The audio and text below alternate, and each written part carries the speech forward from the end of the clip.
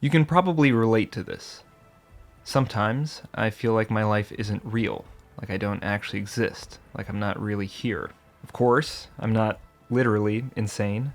I know that I'm here, and things happen to me, that I perform certain actions, say certain things. But sometimes it feels like all of those things are happening to someone else. The real me feels a million miles away. He's so far away that I can't even see what he looks like. I don't even think that I know him. I promise this has everything to do with Final Fantasy X.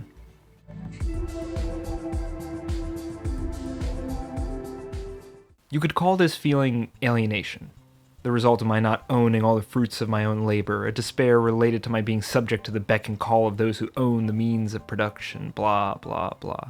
But really, the notion of this life being kind of illusory has been around for a long time, and has been considered by many to be something more than mere alienation.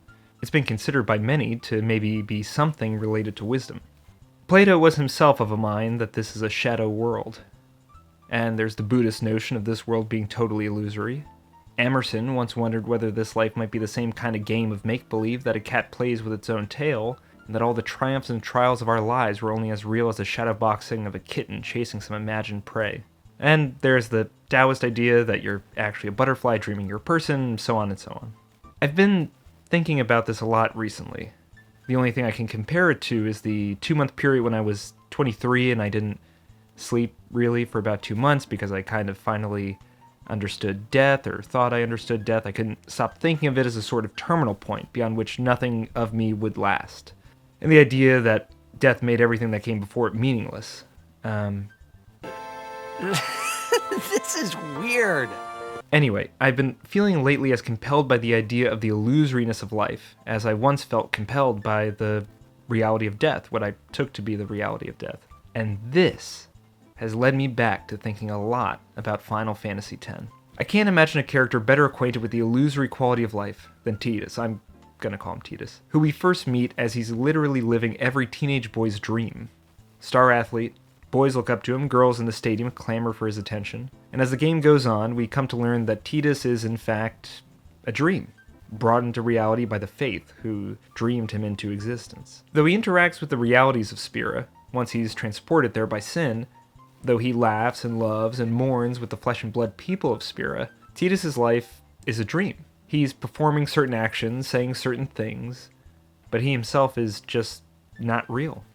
His self is a dream self, his world a dream world. He's him, but he's nobody. Of course, I can't think about this without thinking about Kingdom Hearts 2. Apparently, if you're blonde, you don't actually exist. I'm not blonde. Nomura has a thing for protagonists whose lives aren't real. Think of Cloud, too, whose name itself evokes associations with impermanence, that which is empty and quickly dissipating, the shape-shifting fluidity of a daydream, the fragility and suggestibility of an illusion. Nomura's blonde guys are living unreal lives. Their foundations, their selves, are rooted in something untrue. All these guys also are driven by some desire to get back. Tidus wants to get back to Zanarkand, Roxas wants to get back to his friends and the dream of a life belonging with others evoked by Twilight Town. And Cloud, on an atomic Genova cellular level unknown even to him, is compelled by the urge toward reunion. They're all driven by the prospect of reunion or return. We might then be able to say that nostalgia is conceptually linked with Nomura's notion of the illusory nature of life.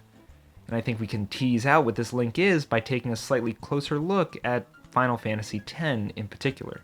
Out of all the ditzy blitzy blondes, Tidus is maybe the most explicitly unreal of the bunch, and his life being one of illusion isn't the only Buddhist thing about Final Fantasy X. This is also a game in which an attachment to this world makes one a literal monster. When you die, you're supposed to let go and be sent along to the far plane.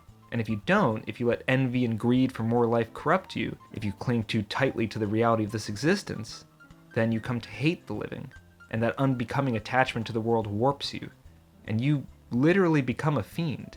Fiendification is one kind of transformation, but not the only kind we see in Final Fantasy X. Another key theme of the game is the fluidity of the self.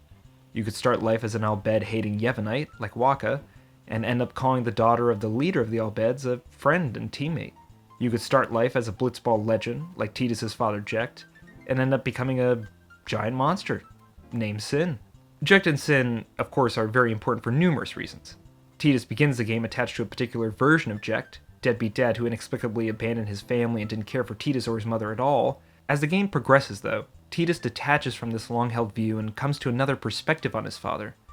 He comes to know his father as a loving man who sacrificed all he loved most in order to do what he thought was right, and join the expedition to defeat Sin with Braska and Auron. Jecht, though imperfect, is actually a loving father, and having become Sin, we learn that Jecht now wishes for nothing other than death and to be released from his present form.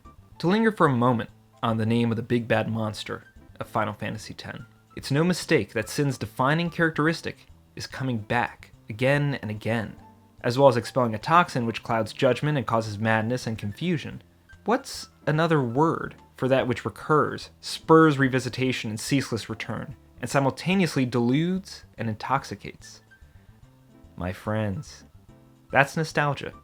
Sin is nostalgia, and nostalgia is sin. Life is the one and only reality. Of course you'd want to hold tight to it and come back at any cost, even if it means being a monster. However, if you can accept the fundamental unreality of your life, the dream-like quality of it, embrace the fact of the illusion, then you're set free. You won't be corrupted into wanting to return. You're high-flying, floating, like Tidus eventually is. The virtue Tidus models is this: accepting that your life's foundation may very well be a dream, a cloud that's passed by and blown away, means that you can let go of attachments while still forging connections. That's something that hits hard for me, especially after this past year. Some people very close to me got very sick, though they're okay now. I myself have been ill and working on getting better, and it all led to me reflecting on life's impermanence, the flippancy with which it seems the world shapes our lives. Apropos that, I even stepped away from YouTube for a while and just wiped the slate clean, though I will be reissuing some of my old videos in modified and kind of expanded form in the coming months. Anyway, I was kind of going through all that, thinking about all that, and then I thought of Tidus, and I thought about the difference between attachment and connection. Much as I can't totally control certain things in my life or in the lives of those closest to me, much as it may all seem as illusory or fleeting as a dream, I can still create and value my connections. My connection to the art I love, like Final Fantasy X, and my connection even to whoever might be watching this now. Who can say whether I exist or you exist or Final Fantasy X exists really, truly? I know I can't. But what I can say is that the sense of connection between unreal things is maybe the only thing that is real at the end of the day. Of course, I can't think about this without thinking about Kingdom Hearts 2. When we hear those words at the beginning of the game, a scattered dream that's like a far-off memory. A far-off memory that's like a scattered dream. I want to line the pieces up. Yours and mine.